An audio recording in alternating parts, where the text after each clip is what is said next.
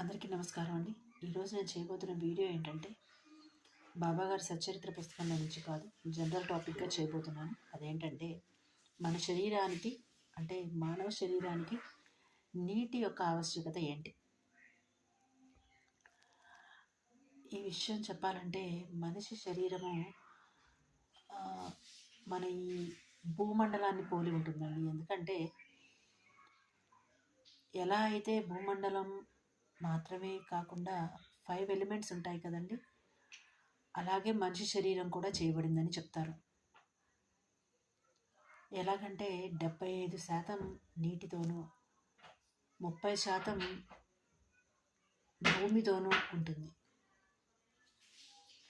మన శరీరం కూడా అంతే, 75% నీటితోనూ, మిగిలిన రక్త మాంసాలు కావచ్చు, ఎముకలు కావచ్చు, మన శరీరంలో ఉండే అవయవాలు కావచ్చు, అన్నీ కలుపుకొని, నరాలు అన్నీ కలుపుకొని అలా తయారు చేయబడింది.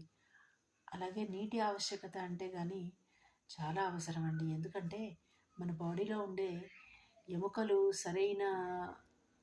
వాటికి సరైన లూబ్రికెంట్ కావాలంటే కూడా నీటి ఆవశ్యకత ఉంది. అలాగే మన రక్తము బాడీలో సరఫరా జరగాలి అంటే, అది ఒక వాహనంగా వెళ్ళాలి అంటే నీటి అవసరం ఎంతైనా ఉంది.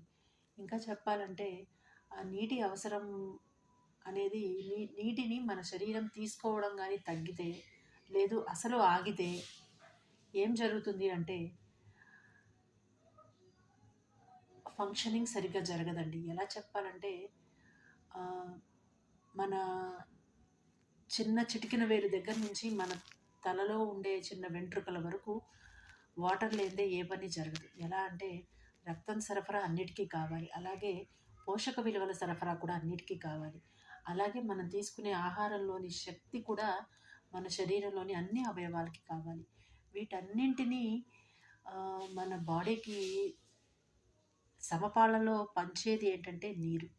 నీటి ద్వారానే శక్తి వెళ్తుంది, నీటి ద్వారానే, రక్తం ద్వారానే అవయవాలకి కావలసిన లూబ్రికెంట్స్ వెళ్తాయి, అలాగే ఆక్సిజన్ వెళుతుంది. ఇవన్నీ వెళుతున్నప్పుడు, వీటన్నింటినీ మన శరీరానికి సమపాలలో సరఫరా చేస్తున్నప్పుడు నీటి ఆవశ్యకత ఎంత అని ఇంతకంటే చెప్పక్కర్లేదు అనుకుంటాను.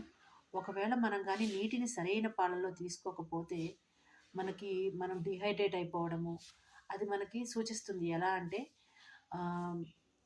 కాన్స్టిపేషన్ రావడము, డిహైడ్రేట్ అవ్వడము, అలాగే హెడేక్ రావడము, ఇంకా బోన్స్ అన్నీ ఇప్పుడు డ్రై అయిపోయిన నేల ఎలా ఉంటుందో అలా డ్రై